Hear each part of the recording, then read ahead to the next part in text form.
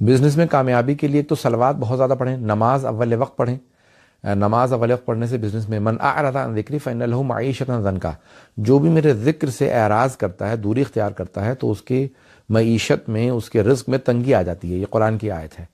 تو پوچھا یہ ذکر خدا سے کہا کہ یا ایھا الذین آمنوا اذا نودی للصلاۃ من یوم الجمعۃ فاسعوا اذا نودی للصلاۃ من یوم الجمعۃ تو فاسعوا الی ذکر اللہ وذروا البیع. اے ایمان والو، جب جمعے کے دن اللہ کے ذکر کے لیے دعوت دی جائے، نماز کے لیے دعوت دی جائے، تو پھر ہر چیز چھوڑ کے ذکر خدا کی طرف چل جائے. یعنی نماز کو ذکر خدا کہا گیا. تو جو بھی نماز سے دوری اختیار کرتا ہے اس کا رزق تنگ ہو جاتا ہے. تو نماز اول وقت پڑھیں. صلوات زیادہ پڑھنے سے رزق میں برکت ہوتی ہے.